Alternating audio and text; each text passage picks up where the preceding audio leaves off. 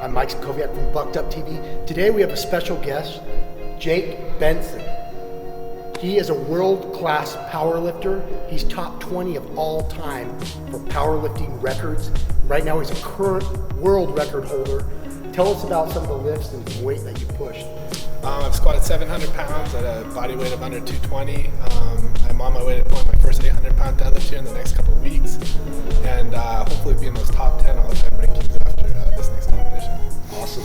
So here on Bucked Up TV, we brought him in just for you guys to give us some tips on how to properly stretch and what are some tips for increasing our bench, increasing our squats, and our deadlift. So come with us today. We're going to change your workouts. So we have the master. This is like the Yoda, Jake Benson. All right, first thing is we want to get this low back loosened up. A lot of people sit all day. You're sitting in the car, so we want to get it loosened up before we get into our squats. The first thing we're going to do is lay down. You're going to spread your arms out, and you're going to bring your right leg to that left hand up here, and we're going to let that leg bob. We're going to do 20 bobs just like this for each side. We'll switch to the other side. This arm's going to want to come up. Try to maintain it to the ground. Try to bring this leg up as high as you can to that hand. Get a nice stretch right in that low back. Okay, once we're done with this, we're going to sit up, spread your legs, and we're going to bring your legs together, bring it back, and then bring it back forward, just rolling that back out. Just like so.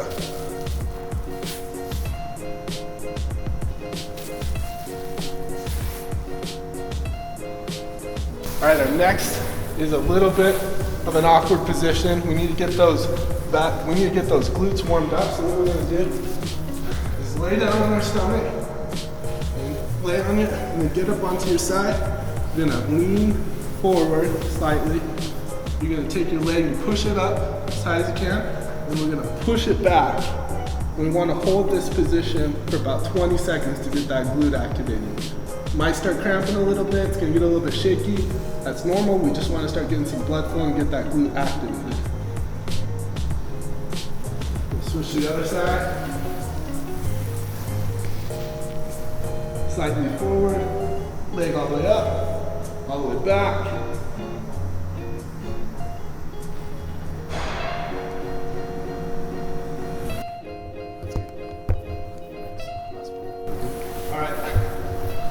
Next one, we're going to get on our hands and knees.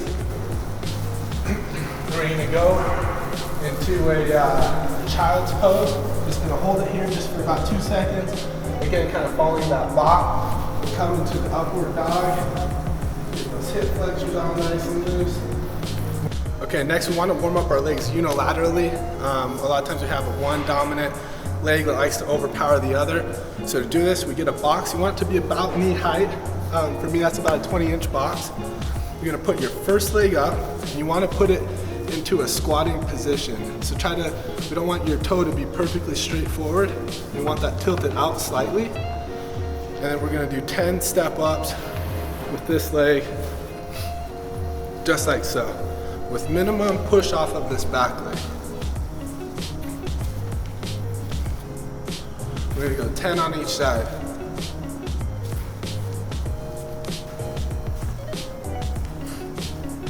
All right, last one that we're gonna do is a pistol squat. So you're gonna go with one leg onto a box.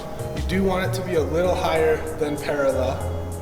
You're gonna come back, squat onto the box, and come back up. You're gonna go 10 on each leg here, 2. Jake just showed us how to warm up for squats. So now he's gonna take us through the squats. Is there any proper thing you're looking at? Is there a proper way to stand, or what's your opinion? Okay, yeah, great question. When it comes to the squat, it's all gonna be based on the comfort of the individual. So someone that's a little bit taller, they might wanna have a little bit wider of a stance. They might wanna stand a little bit closer. It doesn't matter, it's just what really you like to do. There's no real wrong way, no wrong squat stance, if that makes sense. And then what we're gonna try to do is as you guys get under the bar, I'll try to tweak it for your own individual best squat stance. We'll try to maximize that. But yeah, there is no one right way to squat. Okay, sweet. Let's do this. You're a little bit stockier built, and you're pretty evenly proportioned. Like you don't have really long legs or really long torso. Except my stomach. Except for the stomach. So what we want to do is for most people, a low bar squat, you're going to be able to squat more that way. And so to do a low bar, what you're going to do is when you get under that bar, instead of putting it directly onto your traps like that, Okay. you're going to let it sink right below your traps, right on top of your deltoids. Okay. And so it's going to sit just a little bit lower. And what this does is you got to imagine your whole spine, your whole back, your torso as a big lever, and we're shortening that lever.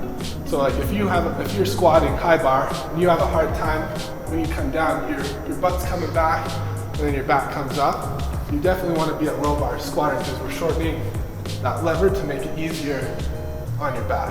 Got it. Got it. So let's go ahead and let's get in there. So yeah, so go to your normal spot. So my normal spot. Yeah, now we're just gonna sink it down about to right. Yeah, you see I got this nice little shelf right there? Yeah. We're gonna sit right there. Okay. And now let's go go ahead and squat how you normally would.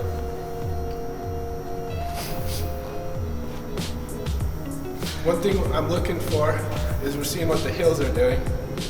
His heels stay on the ground very nice, which is great. He's got a nice spread with his legs. His glutes are coming through. That's a good looking squat right there. Oh, stop.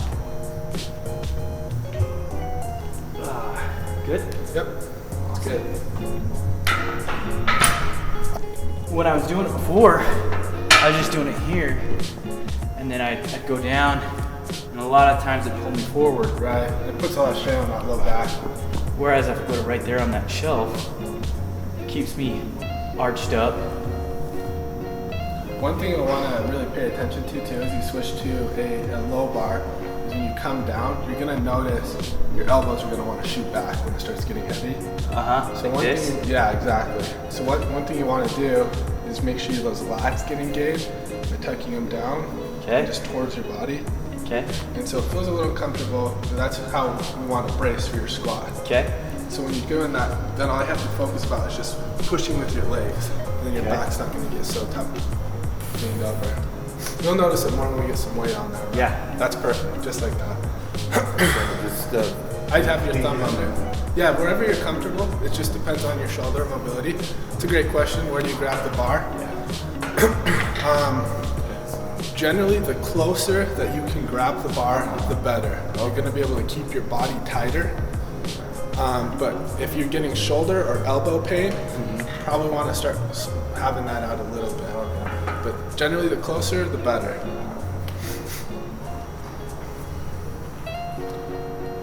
Go ahead and re-rack this real quick. Let's get this a little bit lower. So let's have your thumb over the bar. And now tuck that in the best you can. And we're gonna bring this bar down to right there. You see I got the shelf right here? Yeah. Your deltoid, we're gonna set the bar right on there. Good, now we just wanna get those lats engaged, kind of like telling you, just squeezing those elbows into you. That's really good. And don't be afraid to like get a little lean, a little wider. Get a little leaned over on your squat. Just like that. That looks good. One thing we can see too is we want to check that bar path. Is that bar moving side to side or is it staying up and down? He's doing a pretty good job of making sure that's just going straight up and down. Great job. If I have a belt, do I want to throw it on right now, or when should I throw the belt on? With any type of equipment that you're going to use for your lift, we want to throw it on, and we don't want to throw it on until it starts getting pretty heavy. All the way through your warm-ups, pretty much the last, the longer you can wait, the better. Okay. Perfect. So let's not put the belt on yet. All right. So, just the same thing? Same thing. Get into that nice looking, we look for the deltoids from that bar right on the deltoid, that looks good. Take your time with the walkout.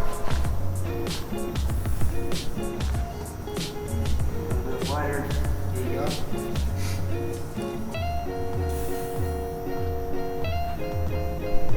Three to five here. 3 to 5? Okay. Just get a couple in and onto your. Let's do it. Right there? Yeah, and make sure. So when you're taking off that bar, you want to have your feet together too. Okay. Just take a nice little walk out, small steps. Small Good. steps. Okay. That's good. Okay.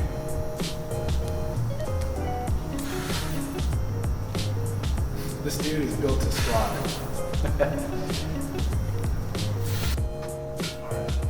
So how many do you want me to do of these? Let's just go 1 to 2 here. 1 to 2? Yep. Okay. Let's get one perfect.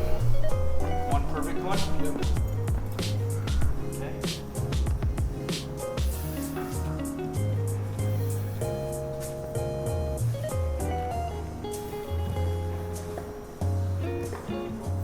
Nice. Bring it back in. Is that good? Yeah, that's perfect. Okay, where do you put a belt? That again kind of comes down to preference in general, but in general, I would say you want that belt, like here's my hip bone right here. You want that belt just above the hip. Pretty much as low as you can get that belt is where we're gonna want that belt. Nice and slow, take your time. Lots of air.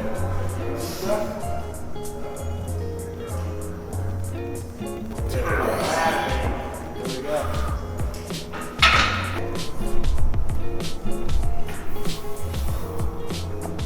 Got a big squat coming here.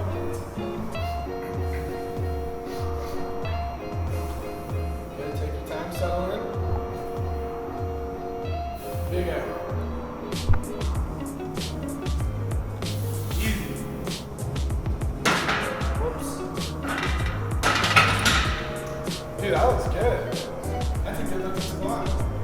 We just finished our squats with Jake Benson, who's a world-class powerlifter. So if you want more info about Jake and his training, it's in the description below. I had a few questions myself. What's your eating like, to get super heavy lifts? Do you cater it a certain way? Oh yeah, no, that's a great question. I am actually a really big believer in the vertical diet. For those of you who don't know what it is, it's Stan Efferding's go-to diet. It's a lot of red meat, a lot of rice, a lot of sweet potato, that kind of stuff. And so the first thing you want to do is set your calories. And to set your calories, you just got to figure that out based on yourself. Get a trainer to help you pick that out. Then set your macronutrients, and then we want to set and make sure you're hitting all your micronutrients as well, just to break it down in a nutshell. Okay, awesome. So, what would be your biggest takeaway from this squat exercises that we did today, for helping people increase their squats in their 1 rep max, something like that? What would be the biggest thing that you learned, from your powerlifting experience? Biggest thing is, as in like weaknesses or? What's your best pointers, I guess? What helped you the most? Oh yeah, no, that's a great question. I would say you want to be able. Your foot placement is going to be huge. What you're doing with your feet is going to set how you're going to be able to squat. So if you're coming up onto your toes, if you notice your heels coming up as you come down onto your squat, you don't want that to happen. You want your heel to stay on the ground, and you want to spread the floor with your feet. And if what your feet are doing is going to depend on what the rest of your body is doing. So really pay attention to what your feet are doing. So proper form. You've definitely taught us that today. Hopefully you all enjoyed this episode on Bucked Up TV. Like I said, in the description below, you can get Jake's info. Definitely check out his Instagram. This guy throws some crazy weight. None of you would believe what this guy can push. Couple weeks, when's your next competition? We're about 3 weeks out from the next competition. 3 weeks out. And tell us again, what are the numbers you're looking to hit on bench, squat, and deadlift? So the squat, I'm hoping to squat right around 720 to 740 pounds. Bench, right around 440 to 450. And I'm looking for my first 800-pound deadlift, which would be the first to do it. That's crazy, and that's all raw, right? Yep, completely raw, no equipment, just a belt. Awesome. So click on his info below, check him out.